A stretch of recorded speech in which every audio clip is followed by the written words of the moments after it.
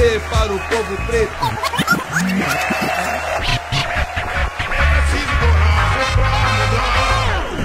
Eu sou de periferia, papel. Agora com você. Um de nós na voz.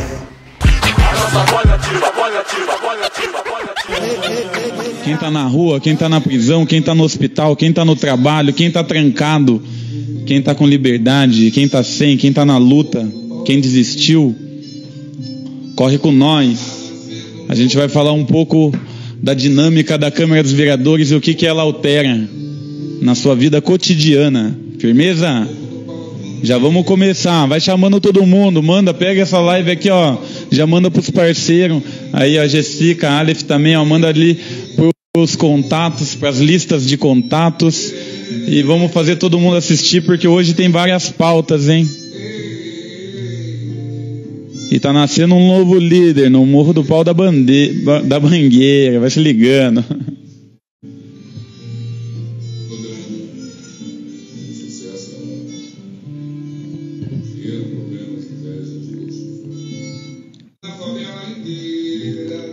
É isso mesmo.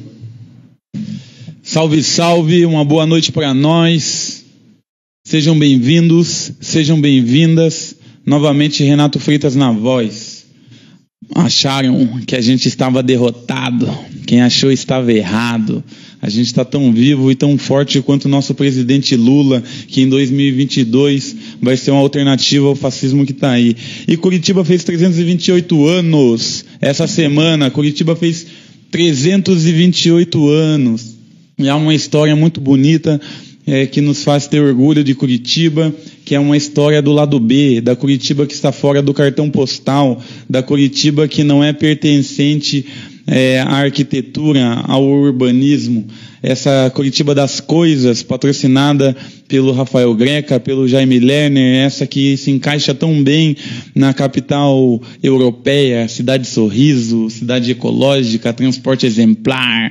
A gente não faz parte dela, moro? A gente faz parte de uma outra Curitiba, da Ruazinha de Barro, ali do Corbélia, ali do Vila Barigui, ali do Concórdia 2, onde os irmãozinhos estão ali pagando um veneno nas Ruazinhas de Barro, não tem coleta de lixo. E lembro novamente, a vida da Dona Anice foi desperdiçada porque não tem coleta de lixo no Concórdia 2, na Vila Barigui 2, e por isso as pessoas tiveram tem até agora que atravessar uma rápida que não tem uma lombada, não tem uma sinalização, os carros vêm a milhão porque é uma rápida, eles que moram às margens dessa avenida tem que atravessar para deixar o lixo lá no outro lado da coleta, e nessas aí a vida da Dona Anice foi desperdiçada porque ela foi atropelada.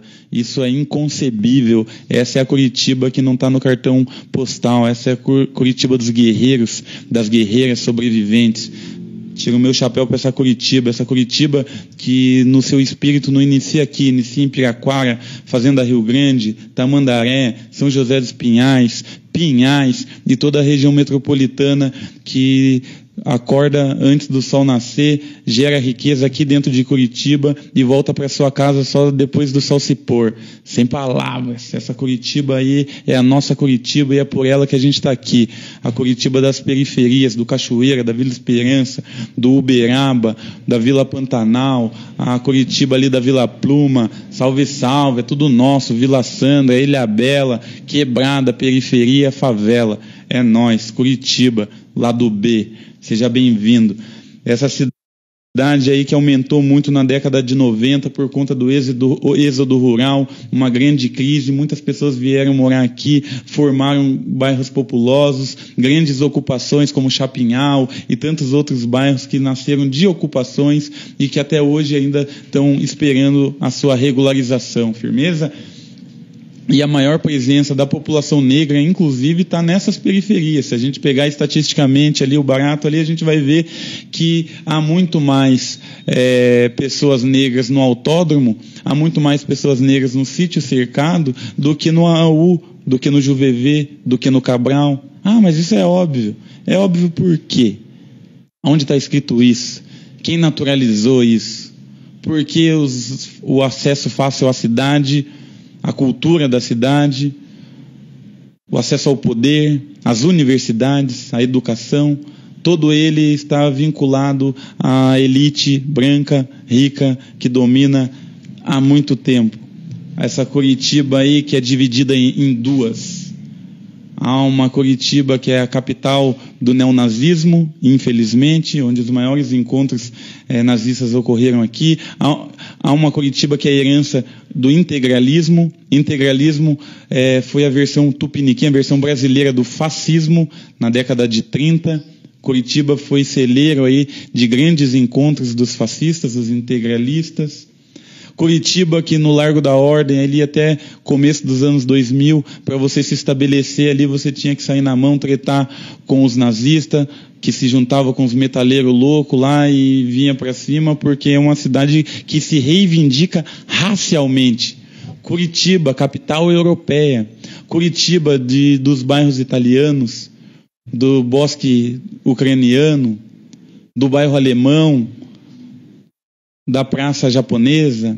Essa Curitiba que se reivindica em suas tradições de imigração europeia e imigração das outras potências mundiais, potências de guerra, é também a mesma Curitiba que nega a reivindicação racial quando ela diz respeito à população negra. Isso é uma loucura, isso é um absurdo. É essa Curitiba que a gente tem que denunciar, que a gente tem que mostrar para depois a gente construir e ter orgulho dela. Firmeza? Há duas Curitibas. E é falando um pouco dessas duas Curitibas aí que a gente vem falar aqui do coronavírus, né? Como se deu o coronavírus, como que se deu a contaminação e quais as votações que estão tendo aqui dentro da Câmara dos Vereadores para barrar isso daí, para achatar a curva, para dar condições para as pessoas cumprirem o lockdown, etc, etc, etc. Primeiro, tem que trazer um dado aqui, que é um dado cabuloso, que eu vi agora há pouco, que é o número de mortes, né? 3.869 pessoas morreram nas últimas 24 horas. Vai vendo, olha que bagulho cabuloso. Quase 4.000 pessoas em 24 horas. A gente está vivendo eras de extermínio e também, infelizmente, naturalizando essas mortes. E por quê? Porque as pessoas têm que trabalhar, é claro que tem que trabalhar, mano. Estava andando aqui hoje de tarde no centro de Curitiba, um monte de gente vendendo bala, vendendo carregador de celular, vendendo roupa. Salve, Buiu, firmeza, está no aguardo do contato para conseguir uma camiseta dessa. É um de nós, irmão. Está aqui, um de nós aqui, é todos nós aqui, pode ter certeza. E o sabotagem ali atrás, que é para garantir que respeito é para quem tem e que um bom lugar a gente constrói na bola de meia, na humildade. Peça por peça, dia por dia, grão por grão. Firmeza? É nós, irmão. E aí, Mari? E aí, Luan Black? Tamo junto, meu parceiro. Voltando aqui. Uma coisa que a gente fez para tentar achatar a curva é o seguinte. Primeiro, a gente fez o projeto e está pedindo assinaturas para renda básica emergencial. Não é muito, porque como é municipal e ela vai se somar aí com a renda nacional, então a gente fez o estudo de impacto, de orçamento e chegou à conclusão de que Curitiba consegue facilmente pagar R$250 para cada pessoa aí que está num estado aí ruim, aí de miséria, entendeu? De pobreza, de desemprego crônico, de necessidade urgente. R$250 é pouco, mas já fortalece os humildes. Considerando que pode ter o Bolsa Família, Bolsa é um auxílio que pode acumular inclusive com o auxílio que deve vir aí do governo federal. Quem assinou? Poucas pessoas assinaram, a gente vai chegar nisso ali fora. Daqui a pouco, essa foi uma medida que a gente tomou. A outra medida foi fazer uma sugestão ao executivo, uma pressão no poder executivo, uma pressão no prefeito Rafael Greca, para que, de uma vez por todas, a pedra no caminho, o grande vilão da contaminação do coronavírus em Curitiba, não só em Curitiba, todas as capitais brasileiras, tem sido o transporte público. A gente sugeriu para o Rafael Greca que o transporte público, primeiro, atenda com 100% da frota. Porra, mano! Ô, louco! A gente está no ápice, está morrendo 4.000 pessoas por dia. A gente já bateu a meta a gente já bateu a marca, triste marca, lamentável marca das 300.000 pessoas no país que morreram, entendeu? 300 mil pessoas morreram. E ainda o transporte público funciona com 60%, 70% da frota, mano. Mas por que, Renato? Se quanto mais ônibus, menor a concentração de pessoas, quanto menor a concentração de pessoas, maior a possibilidade de distanciamento, maior a possibilidade aí de cumprir os protocolos de saúde e, portanto, menor a possibilidade de se contaminar com o coronavírus. Então, por que no meio de uma crise dessa, jamais vista na história brasileira, que gerou um colapso na saúde, por que os caras diminuem o número de ônibus ao invés de aumentar? Ou sequer trabalham com 100% da frota? Porque eles só pensam em dinheiro. Se você vai morrer, fazer o quê? Efeito colateral, a vida é assim, o que importa é o cifrão. Não vai ser eles que vão receber o prejuízo. Eles só querem lucro. Inclusive falam, a crise é sempre uma oportunidade para se dar bem. Não é assim que eles falam? Se dá bem às custas de quem? E eu te respondo, porque é o que a estatística está nos respondendo. Trabalhadores, pessoas pobres, pessoas que no meio dessa crise não têm condição de ficar em casa e manter o isolamento porque precisam pagar o aluguel. O feijão, arroz e o ovo não cai do céu. O governo chantageia porque não dá condição, não dá um auxílio. O governo estadual é vergonhoso. Deu R$50 por pouco tempo para algumas famílias. R$50. O que faz o Ratinho Júnior com R$50? Eu garanto que não paga nem o almoço dele no dia a dia. E não é nem ele que paga, né? É nós, né? Salve, Marcos. Boa noite, vereador. Sou mineiro, mas sigo daqui orgulhosamente de ver o trabalho de um jovem periférico do Paraná lutando pelos seus iguais. Parabéns. É isso mesmo, tamo junto. Um de nós aqui somos todos nós aqui. E voltando, e aí, por que o transporte público é assim? Coloca no Google aí, Donato Gulim almoça com Rafael Greca no Graciosa Country Club. Daí você vai começar a perceber as coisas, hein? São amigos. Coloca aí, desde quando que a família Gulim controla o transporte público em Curitiba? Desde 1959. Por que a família Gulim vive dizendo que recebe prejuízo? Que não é lucrativo o transporte público e, portanto, pede dinheiro para a Câmara dos Vereadores, pede dinheiro para o município, pede dinheiro para os cofres públicos. Ganharam aproximadamente 200 milhões de aporte dos cofres públicos. Do nosso dinheiro, do meu dinheiro e do seu, para quê? Para diminuir os ônibus. Isso está errado, a gente fez a sugestão e falou... Tem que ter 100%, a frota tem que operar em 100% obrigatoriamente, e os ônibus, a capacidade de lotação tem que ser em 50%. Só as pessoas sentadas, para que o motorista mesmo faça a fiscalização. Tem gente de pé, o ônibus não anda. Sobre alimentos para moradores de rua, salve Gabriel, aguarda aí que está na nossa pauta aqui. Vamos falar disso sim, desse absurdo aí, não vai passar batido aqui não. Muitas pesquisas dizem que o maior lugar de transmissão do coronavírus é o transporte público. Já morreu 33 cobradores e motoristas aqui em Curitiba. Mais de 300 foram infectados. E imagine só os usuários que estão numa situação ainda pior, que não conseguem manter o mínimo de isolamento porque estão apinhados dentro dos ônibus nos horários de pico. É claro que essas pessoas estão, infelizmente, transmitindo o vírus umas para as outras e estão morrendo por culpa desses aqui. Esses aqui, forte, gordo, herdeiro, come bem, toma vacina. Não é o que aconteceu? Quem que estava ali em Minas Gerais aplicando vacina de forma clandestina e criminosa? Os empresários do transporte público de Minas Gerais, vinculados ao pulha do Aécio Neves. Aécio Neves, ele mesmo que teve 80% de votos na sua eleição para presidente aqui em Curitiba. A cidade que vota bem, a República de Curitiba. A mesma que teve 77,5% de votos no Bolsonaro. Os que votam bem, o Sul é meu país. Quem vota mal é aquele povo lá do Nordeste, né? Aqui a galera vota bem. Abraça quem quer. Eu não abraço essas ideias não. Essa Curitiba não me orgulho. Me orgulho da outra. Daí que acorda cedo, batalha e não discrimina os outros. Retorno das aulas presenciais. Uma novela. O Greca falou o seguinte por último agora, não vai voltar a aula se não vacinar os professores. As aulas estavam previstas para voltar agora 6 de abril e vão voltar só depois que vacinar os professores, a gente vai lembrar um pouco dos capítulos dessa novela para você ter ideia do que é a atuação dentro da Câmara dos Vereadores. No dia 4/2, o nosso mandato fez uma sugestão ao Executivo, a gente pediu para o Rafael Greca para dar prioridade, 4 de fevereiro, para dar prioridade de vacinação para os professores, que ficaram na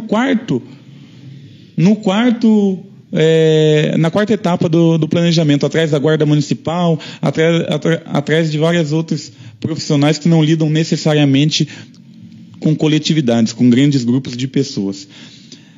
No dia 16/2, as vereadoras do Novo, Amália Tortato, Indiara e o Denian Couto, aprovaram um projeto Educação como Atividade Essencial, com 22 votos favoráveis. E esse projeto visava obrigar os professores a darem aula independente da situação em que se encontrava a pandemia do coronavírus. Ou seja, mesmo se tivesse um surto ou aumentasse o surto que já estava naquele momento de coronavírus, as aulas não poderiam ser interrompidas. E só nesse sentido eles queriam caracterizar a educação como uma atividade essencial, para impedir a suspensão das aulas no caso dos surtos. E naquele momento Curitiba já estava com 93% das ocupações de UTI, já tinha quase 2.000 mortes. E eu vou falar o nome das pessoas que votaram nesse projeto aí para vocês terem ideia.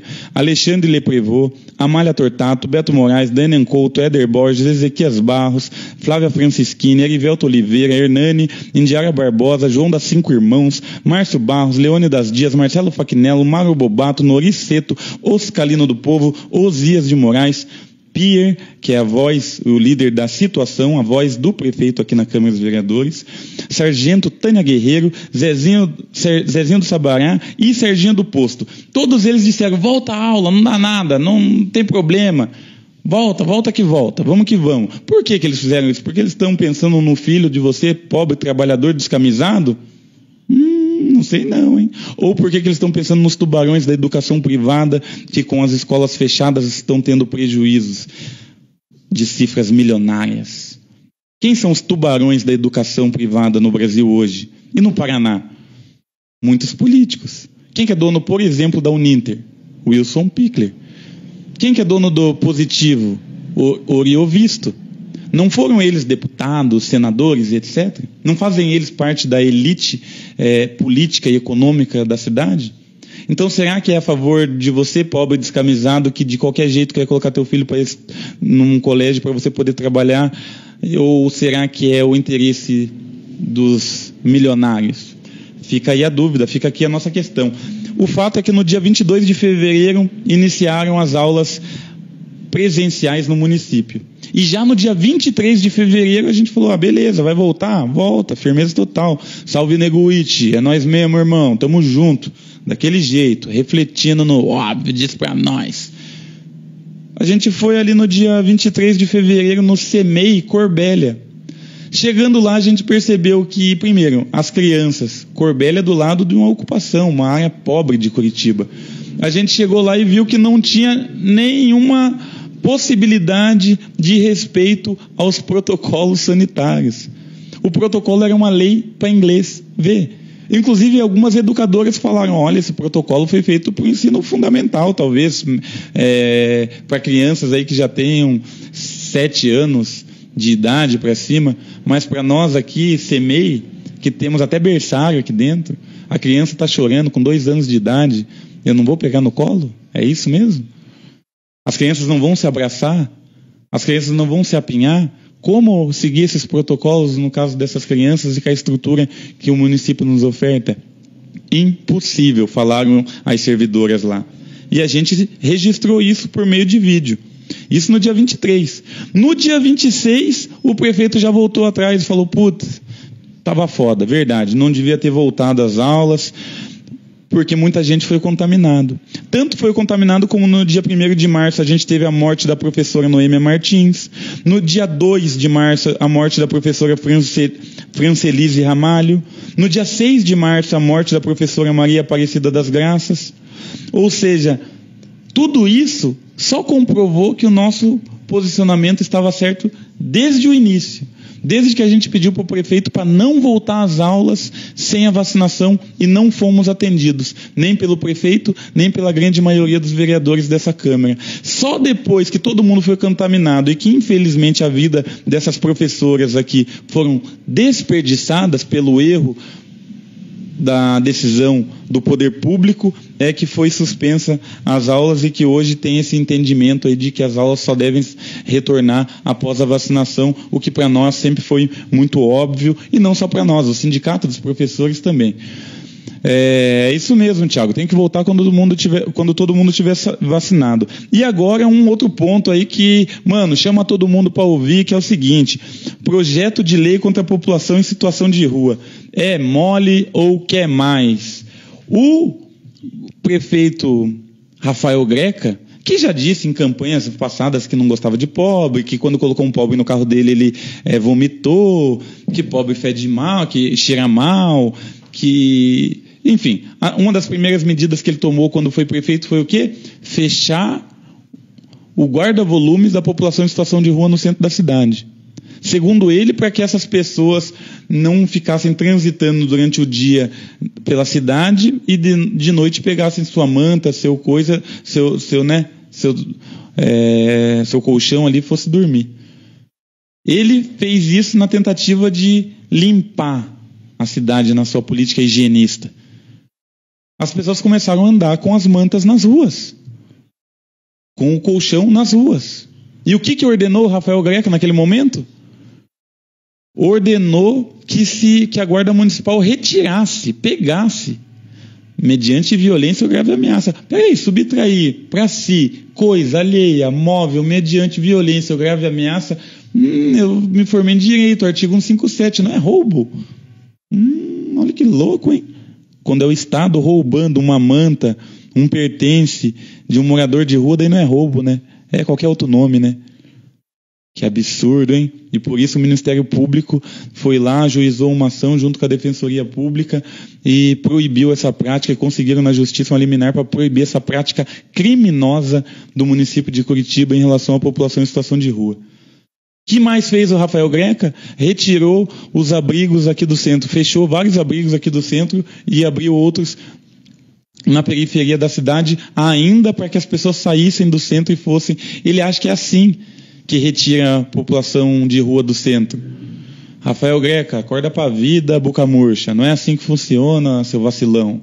As pessoas estão no centro, sabe por quê?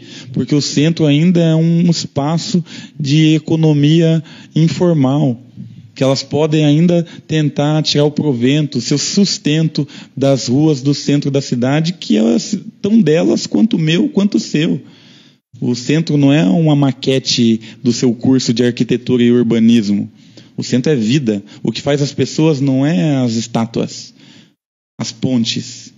O que faz a cidade são as pessoas. Morou?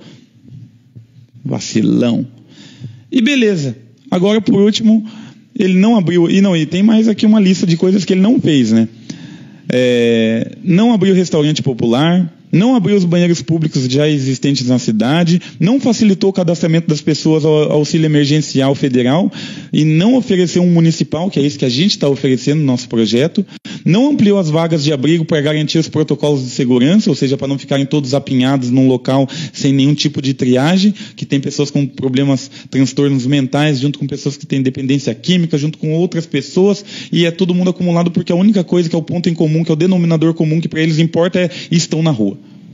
São moradores de rua. Se estão na rua, então são igual. Se estão igual, joga tudo junto aí numa sala e não dá nada. Ah, não, mas o humano ali, tomou um remédio controlado, tem um transtorno mental, tem uns ataques de vez em quando. O outro parceiro ali tá ali, ó pra ele ali, ó. É dependente químico. Tá tendo uma crise ali, ó. Abstinência, um bagulho foda. Ó a mina ali, ó, tá grávida ali, ó. Ó o parceiro ali, tá com sarna. Será que todos eles têm que ficar no mesmo lugar, dividindo os mesmos beliches? É esse o bom atendimento que vocês dão? Que não. Que vocês não enganam ninguém. Que vocês voltam de ré. Não ampliou a vaga dos abrigos. Não implementou o aluguel social. Foi aprovada a lei do aluguel social aqui em Curitiba. foi aprovada, foi uma luta dos movimentos para aprovar, e foi aprovado. Aquele que foi vítima aí de uma enchente, aquele que foi vítima aí de um desemprego crônico, de uma doença que acometeu a família, está morando de favor, está morando na rua muitas vezes, uma mãe com seus filhos numa esquina qualquer pedindo dinheiro. Essas pessoas teriam direito ao aluguel social por 3 meses, por 6 meses, até que consigam se levantar de novo. As pessoas merecem uma oportunidade. Ninguém é animal para viver na rua ao relento. Essa lei já foi aprovada, mas não foi regulamentada por falta de interesse do político. O projeto já é lei, mas não é cumprida, porque a lei, quando é para o pobre, tem dessas, né? É a lei que não pega, é a lei que não é regulamentada. Pelo amor de Deus, hein? Não apresentou um projeto sequer de habitação e regularização fundiária para a população. E fechou postos de atendimento e acolhimento das áreas centrais, como eu já havia falado. E para completar, que é aí que eu queria chegar, para completar o pacote higienista, racista, excludente da Prefeitura de Curitiba, veio essa palhaçada, essa desumanidade, esse assinte, essa afronta, essa tiração. Isso aqui é tiração. O projeto de lei do Rafael Greca, chamado Mesa Solidária. Desumanidade, esse assinte, essa afronta, essa tiração. Isso aqui é tiração. O projeto de lei do Rafael Greca, chamado Mesa Solidária. O nome é até bonito, né? Quem vê o livro pela capa acaba até assinando, que é o caso de um ou outro aí, que pelo amor, né? Lá pelas tantas, nesse projeto dele, eu vou no resumo das ideias aqui, ele diz o seguinte, no artigo 14: são consideradas infrações administrativas, para efeitos dessa lei, daí no inciso 12, distribuir alimentos em desacordo com os horários, datas e locais autorizados pelo município de Curitiba. O bonitão quer proibir as pessoas de darem uma marmita, de darem uma sopa, de darem um pão com mortadela e um café com leite para quem está na rua morrendo de fome, mano. É só por Deus para entender um bagulho desse, porque eu não consigo entender, mano. Ou ele quer que ali, tá ligado aquele viaduto embaixo do Capanema ali? Ele quer que ali tenha a mesa solidária, embaixo do viaduto, mocado do lado da favela, e só ali é que seja dada alimentação para as pessoas, para que as pessoas saiam do resto do centro, se concentrem todas embaixo do viaduto, na filinha indiana, como ele quer, sobre as bênçãos do papai Greca, e só ali elas consigam receber doações de comida. Aquele que ousar ir na Praça Rui Barbosa, na Carlos Gomes, no Largo da Ordem, na Tiradentes, na Santos Andrade, no Guadalupe, ou em qualquer outro lugar da cidade, e doar 10, 50, 100 marmitas, pode ser, segundo ele, multado. É demais. E a multa varia o valor aí, hein? Quer ver, ó? De quanto que é a multa aqui? É de 150, salvo engano, me corrija se eu estiver errado aí, pessoal, de 150 a 550 aqui, ó, no artigo 15, parágrafo 3º, o valor da multa poderá variar de R$ 150 a R$ 550, podendo ser o dobro ou o triplo no caso da reincidência. Mano, você tá ali doando marmita para uma pessoa e de repente chega um guarda municipal, aí o que tá acontecendo aí que você tá dando comida pro pau? Ô, mano, tô aqui numa ação aqui aí com a galera lá da minha vila, com a galera da minha igreja, com a galera da minha ONG, com os meus parceiros que tem um mínimo aí de coração aí, pensa no próximo, aqui estamos fortalecendo umas blindadas aqui, umas marmitas. Não, você tá, a partir de agora está confiscado suas marmitas e você está sendo multado em R$500. Ah, mano, que palhaçada, mano. Que palhaçada. E foi ontem que ele lançou o projeto. E hoje de manhã ele já tinha 13 assinaturas. É preciso 13 assinaturas para ter o regime de urgência. E ele teve 13 assinaturas. Mano, eu tenho 7, 8 assinaturas no meu projeto que diz respeito à renda básica emergencial. Eu, Dalton Borba, Carolina D'Artora, professora Josete, Marcos Vieira, Salles do Fazendinha, a minha vizinha aqui, Maria Letícia. 7 vereadores assinaram e viram a importância de ter uma renda básica para as pessoas. E ninguém mais assina, porque as pessoas estão todas na mão da prefeitura.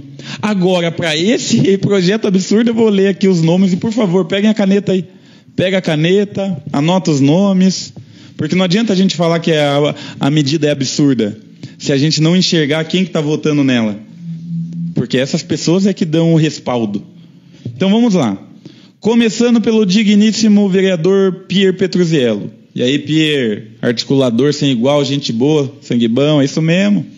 Mas é o seguinte, não é nada pessoal, parceiro. Se você vota pros irmãozinhos que estão no sofrimento, na rua, não poder comer, para mim aí, ó, não é por nada, mas não vira, não serve. Serve, servir. Você não serve, entendeu? Você gosta de ser servido, mas não está acostumado a servir. Essa é a nossa diferença. Para mim, servir edifica o ser humano. Ser servido, pelo contrário, tem o risco sempre de te tornar um parasita, porque você pode querer que as pessoas cada vez mais estejam servindo a você e não compreender que você é igual a elas. Morou? Pierre, líder do governo, foi o primeiro. Segundo, Ezequias. Pastor Ezequias. Ô, pastor! E eu tive fome, e você me deu de comer. Eu tive sede, e você me deu de beber. As palavras da Bíblia têm poder, hein, pastor? Tem poder, não pode ser assim. Fala, a fé sem obra é morta. Desculpa aí, mas a tua já morreu faz horas, hein? Não é nem por nada, mas um pastor votar para gente que mora na rua. Jesus andava com mendigos, leprosos.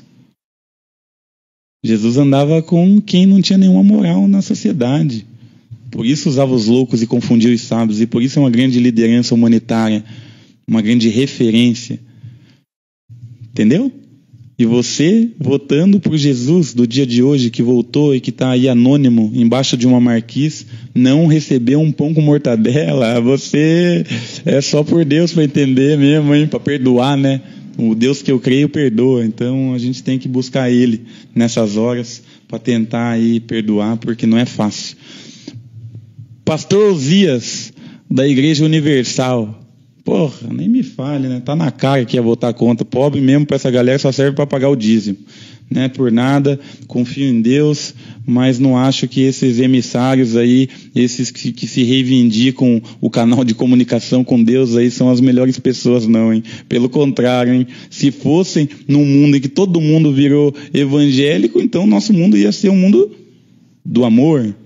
Pelo contrário, no momento que as pessoas mais se tornaram, o país mais se tornou evangélico, a gente está vivendo um mundo de ódio, vingança. Tá errado isso, hein? Muitos falsos profetas, hein? Esses são os tempos apocalípticos. Beto Moraes, ô Beto Moraes! Você é um caso a ser estudado, né, Beto Moraes? Você, vou até grifar teu nome aqui. Você é um caso a ser estudado. Você tá lá, e eu vi, você tem um processo na comissão de ética dessa Câmara, em que você está entregando o teu time, né? Está entregando cesta básica com um adesivo Beto Moraes durante a campanha para ganhar voto com cesta básica. Daí pode entregar, daí o pobre, daí a caridade, daí não sei o quê, daí a pessoa está precisando, não era nem por nada, não foi por mal, não foi só pelo voto, foi também para ajudar, e papapá, e pum, e coisa arada. Porra, daí quando o prefeito fala, não, é o seguinte, dá comida para pobre e tá fora da moda. Daí você é o primeiro a... Puta que se... Pô, Maurinácio, data vênia, hein? Doutorzinho Maurinácio. Votando aí para os pobres não comer, por quê?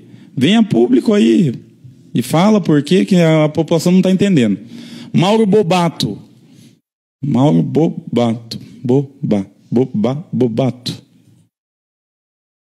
Não foi inteligente a sua posição, hein, Mauro Bobato. Marcelo Faquinello. E aí, Faquina? Não é assim que... Pá, pô, tá louco, hein? Herdeiro, né? Como radialista, como vereador, você é um razoável radialista. Volta pra lá. Tá fazendo falta. Lá pra aqueles lados. Aqui na câmera, te falar, hein? Leônidas Dias. Sei lá, tem gente que nem fala nem pra nada, né? Só quando é pra fuder o povo a pessoa aparece, né? Tipo fantasma. Só pra dar aquela assustada. Toninho da farmácia. Pô, Toninho, nem sei quem você é, nem sei qual farmácia que você trabalha, qual farmácia que você é proprietário, mas pelo amor de Deus, hein? Ô, Hernani. Pô, Bairro Alto, ó o Bairro Alto. Salve, salve, Bairro Alto. Muita treta, Bairro Assalto. E aí, Dubai. Sem palavras, mãos pro alto. Chegou o Bairro Alto.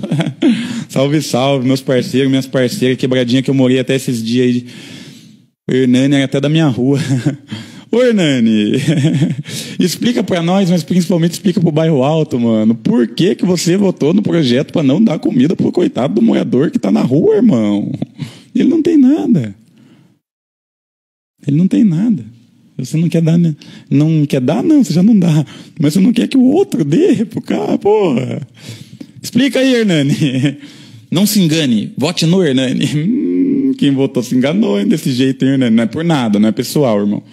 Nori Seto. Ô, Nori, todo sério, todo japonês, todo pá, pum, pá. Pô, tá louco? Japonês não gosta de dar comida pra pobre? Ô, tá louco? O problema era comida, era sopa, pão com mortadela é ruim, é petista. Não dá nada, faz um sushi, faz um sashimi.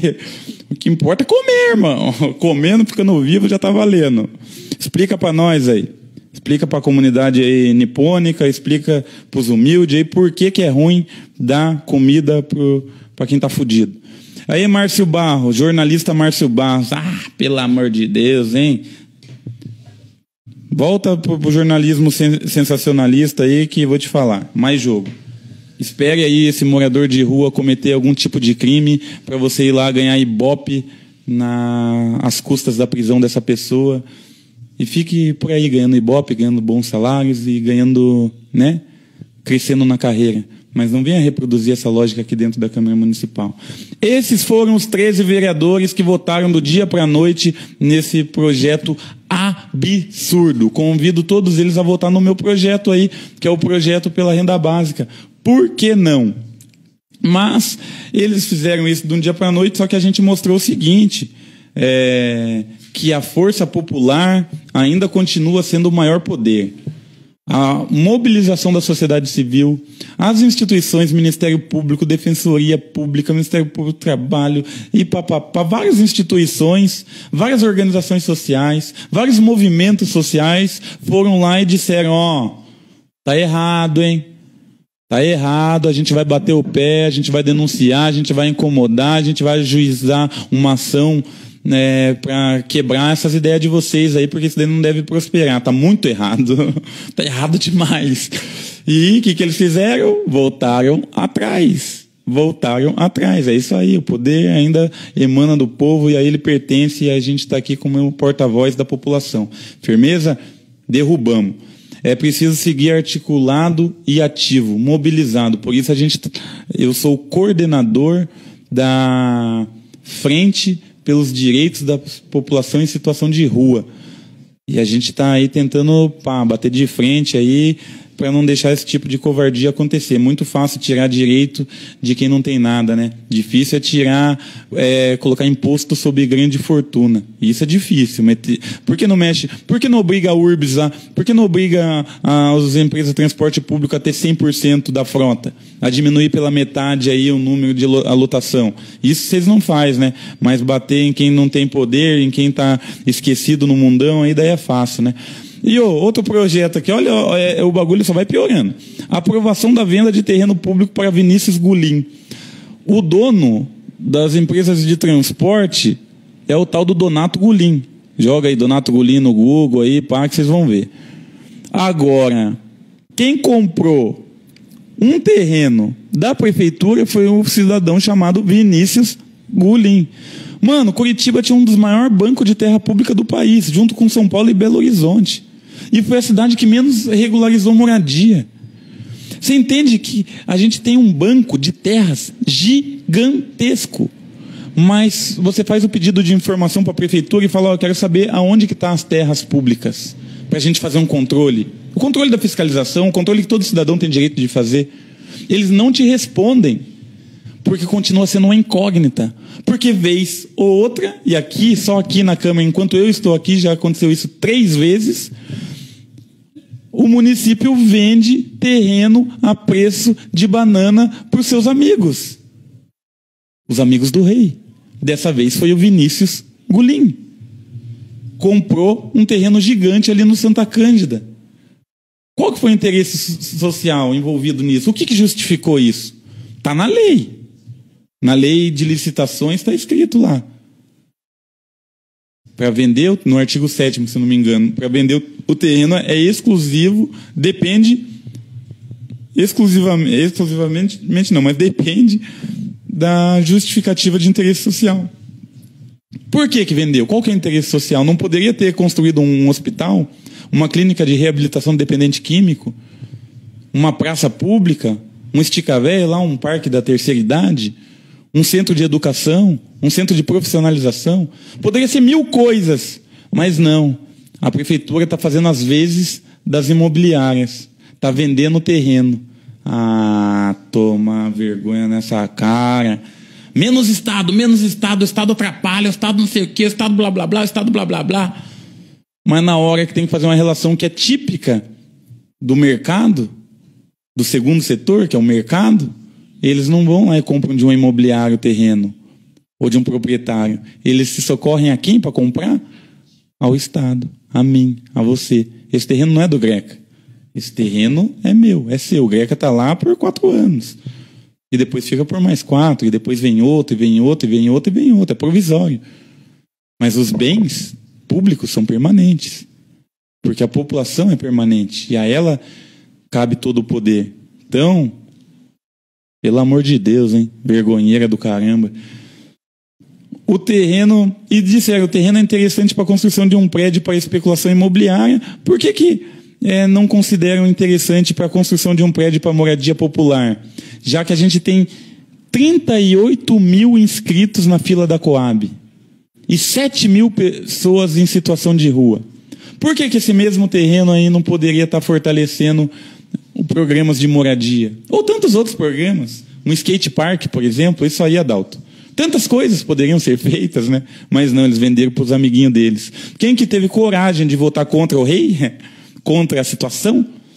Professora Josete, Carolina D'Artora, Salles do Fazendinha, Noêmia Rocha, Maria Letícia e o Éder Borges. Não entendi por quê, mas firmeza. Votou contra, tá valendo. Isso gera um debate, né? Porque o argumento, por exemplo, do Partido Novo, da Indiária, da Malha Tortato, de algumas pessoas ali, foi o seguinte: não, tem que vender o terreno mesmo. Oh, mas por que, gente? Oh, o terreno está lá. Não, está dando despesa. Pô, mas um terreno baldio, no nome da prefeitura. O IPTU, as custas, os tributos são municipais ali. Prejuízo? Não é, o terreno não é um bem que normalmente vai aumentando o valor, é um investimento seguro, conservador, inclusive, justamente por isso. Está dando prejuízo? Parece que tem cheiro de mentira no ar, hein? Mas por que, vereador? Ah, porque é o seguinte, o Estado tem que diminuir. Mas por que o Estado só atrapalha a vida do cidadão? Então não tem que ter Estado? Não, tem que ter um Estado bem pequenininho. Comece já vendendo o patrimônio do Estado. Olha só que loucura. Para quem? Ah, para os empresários. Ah, olha que coincidência louca. Quem financiou a tua campanha? Os empresários. Quem que deu os cursos? Quem que direcionou a tua ação política? Os empresários. Olha que interessante. Então talvez não seja o povo, talvez seja os empresários. Não, você está dividindo a sociedade em dois. Não existe só o povo e os super ricos, os milionários, os super empresários. O povo é um só. É um só, mas um está no Albert Einstein, o outro está morrendo na fila da unidade de saúde lá no Amazonas. O povo é um só, mas um está morrendo com leptospirose ali no Bracatinga, no Pilarzinho, depois de uma enchente que inundou ali por conta do rio, que não é canalizado.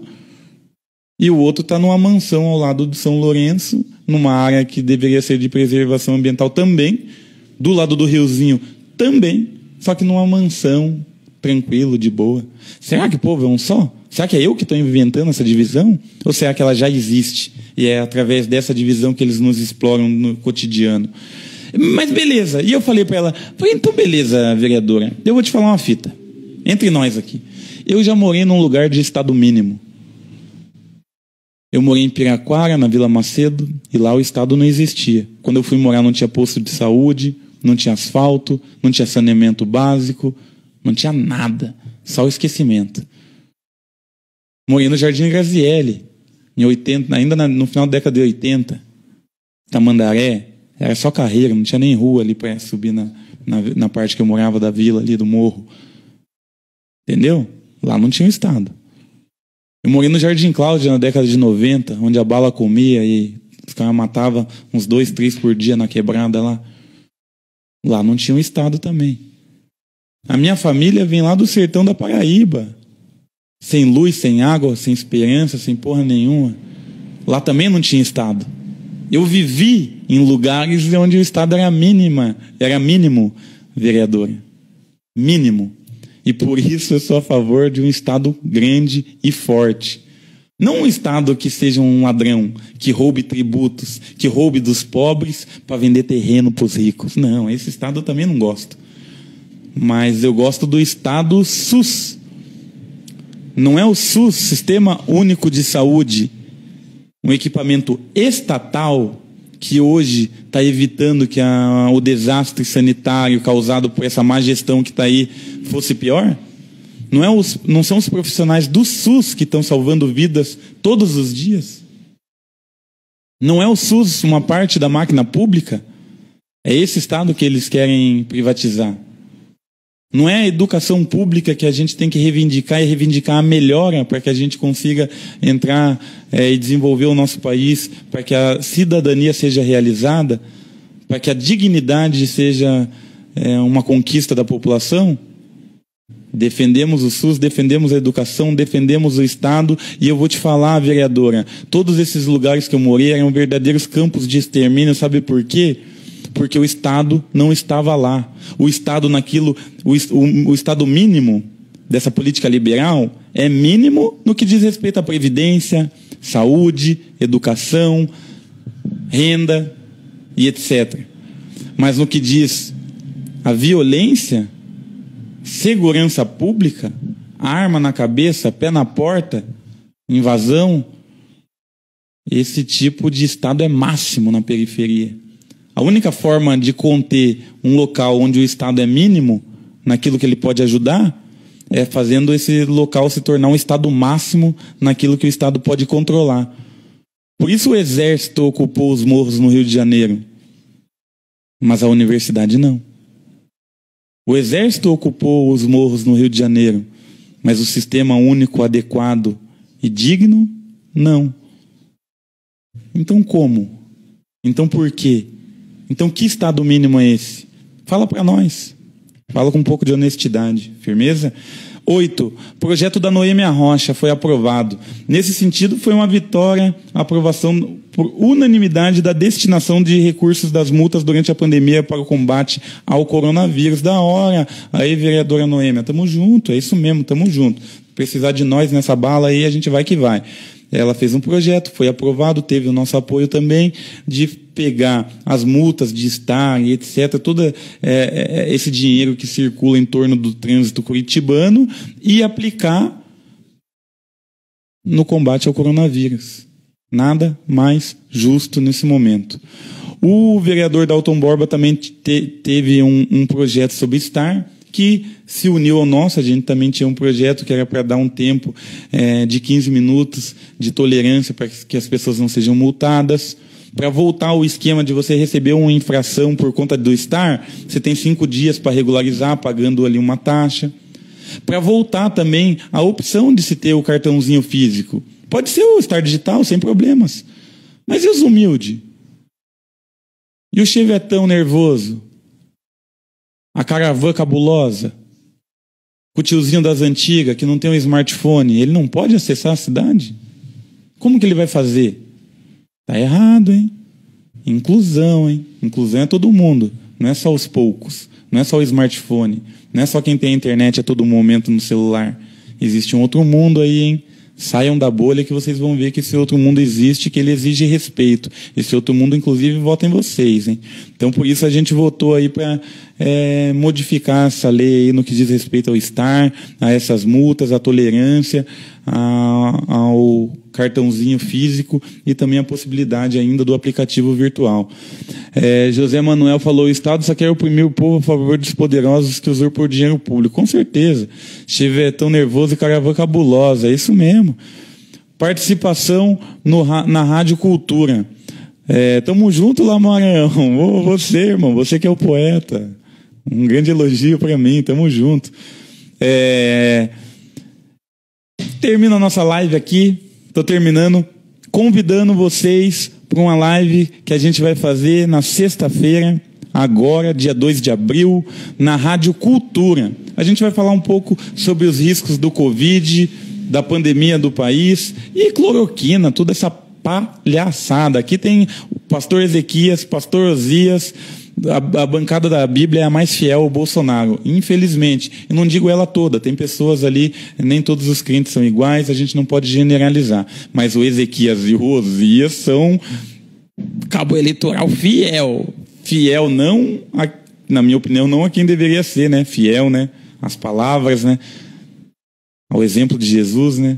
Mas é fiel ao tal do Bolsonaro, o pai da mentira.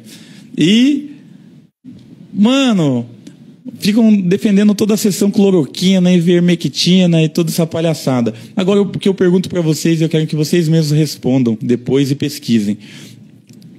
Está no protocolo de saúde, o protocolo sanitário dos Estados Unidos admite o tratamento preventivo com cloroquina?